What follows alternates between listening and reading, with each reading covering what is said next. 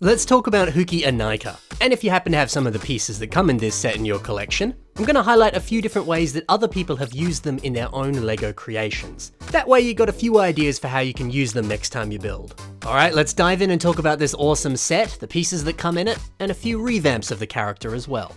Hewkii Inika, the Gunmetal Goat. Yeah, this was the first time we ever got a Toa of Stone that didn't sport beautiful brown armor. And as a wee little lad back in 2006, when this set first came out, I was in awe. This color scheme of Key Orange and Gunmetal, it was beautiful. And yellow was my favorite color back in the day, so to finally have a yellow Toa, oh mate, I was so excited. Couple that with the sick weapon. Is it an axe? Is it a gun? Yes. And then it's got a freaking chain coming out of it. Yeah, they didn't need to add that on him, but they did, and boy does it make him look awesome. Maybe he could like throw his axe and then like pull the chain to bring it back. He could even like choke out enemies with this chain. He could use it to scale and climb tall buildings or canyons. It's tiny little details like this that make this set so much more playable. And hey, this was the birth of the Inika frame. New posable limbs, like really posable limbs. Just the easy amount of movement that this design has. I think it's what makes this like my favorite build for any Toa. And heck, this torso piece stayed around for many more waves of Bionicle sets. Even characters in 2009 had similar designs going on. Yeah, Hewkii had a lot going on that made him an awesome character, an awesome toy, and a brilliant parts pack. Let's dive in and take a closer look at all the brilliant pieces that were included in this set, and a few ways that you can use them in your own LEGO creations. Hewkii includes a great bunch of gunmetal pieces, but one of the best ones is this shoulder armor piece. We can see Oscarbot uses this piece for torso armor. Notice that it's placed over the top of this Metro torso, the same one that comes on a set like this one. You know, that's a lovely pairing of pieces. If you're going for a slightly skinnier look, but a look that's still well armored, maybe do something like this on your next creation. Otherwise, do what Bionicle Enjoyer Sam has done here on their mock that's called Toa Inika Reignition Hully. We can see two of these pieces placed here on the lower leg design, which in itself looks lovely, but then there's two more here placed on the waist. That's such a good way to armor this area up, and a great way to aid in the transition between the torso and the upper legs. Yeah, this is awesome. Hewkii also comes with two gunmetal feet pieces, and Gigamesh MOCs uses them here on his self mock. Yeah, I love the way these look. Those four spikes at the end of the foot, they create such a dynamic and sharp look. These pieces look great as feet, they also look wonderful as fancy armor. Oh yeah, and then gunmetal and orange? What a good color scheme. Hewkii includes 15 of these chain link pieces. Now yeah, you could obviously use them as chains, and poor disadvantage, he did that here on this mock. We can see some on these larger handcuffs that wrap around the arms of this character, but also the chain flows up into the neck for this neck chain.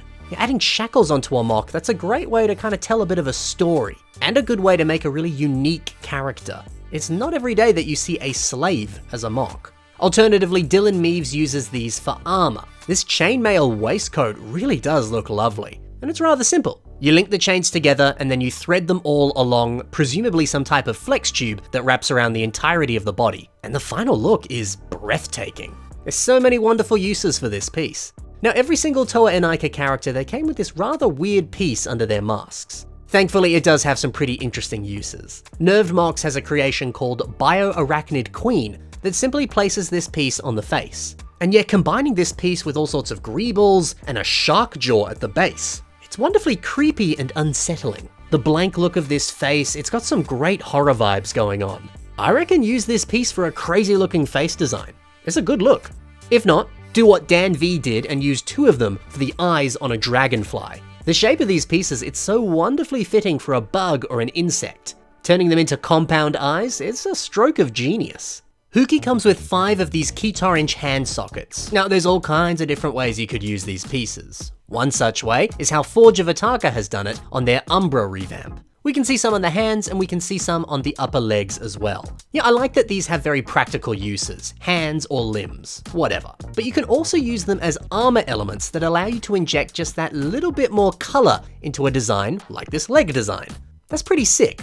If not, do what Kutorak has done here on their Jala revamp. is see how the upper arms here, they use 2 of these socket pieces in Hewkii Orange and link them together with a red lift arm. Maybe you could do the same. And then finally, Hewkii's Zamasphere launcher includes this piece on the top. It enables him to have a little bit more ammo in his Zamasphere launcher. I always loved that they included this on the set. It was very fun to play with as a kid. But we can use this outside of the context of a blaster. Eclipse Caller's Watchdog Knight uses one here on the upper arm design. Now I like it because there's something very skeletal about it. Maybe it's meant to represent actual bones, or armor that's made out of bones. Whatever it is, it looks cool. And you actually don't need much to attach it on here. There's just a CCBS bone piece through the middle here, and it's linked on with a Technic connector. Too easy. So there you go, fam. There's a few different ways you can use the pieces that come in this set. But now I reckon we should take a look at a few revamps of Hewkii. How about it? Loaf Builds gives us a very striking and very dignified take on Hewkii Inika. It's good to see so much gunmetal here, and I love the choice to change it up to CCBS armor pieces. Now they look a little bit more like a knight wearing armor, and I think that fits him quite well. And then changing up the Hewkii Orange and swapping it out for tan, and then you sprinkle in a few hints of dark blue as well. Dude, this new color scheme rocks! This ragged cloth piece here on the waist though, that might be my favorite detail. I believe this cloth piece comes from this Ninjago set. I might be wrong though. Still, it adds such a fantastic pop of color. These new weapons are also pretty cool. They look like climbing hooks that he could use to scale mountains. It's just the kind of weapon you would expect to see on a Tower of Stone. And the fact that they have chains attached to them, it ties it in beautifully with the original set. And the final thing here, this face design. Building a custom face to rest underneath this mask, that's exceptional. The fact that this gives him some beautiful orange eyes and some funky looking teeth. Stuff like this that makes this probably my favorite ever revamp of Hewkii. So good.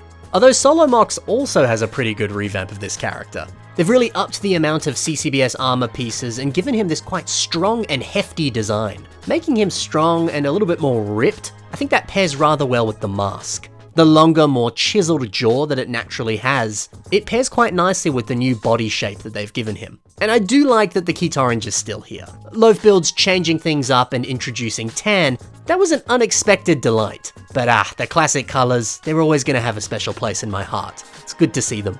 And I hope that one day this MOC gets a really cool weapon. I reckon it would be the perfect finishing touch. Alright guys, that's it for Hewkii. Hopefully seeing how those pieces have been used gives you a few ideas for your next creation. Yeah, you know what? There's just something so special about this set. Well, honestly, all of the Toa Inika were incredibly well made, but Hewkii really stands out for me.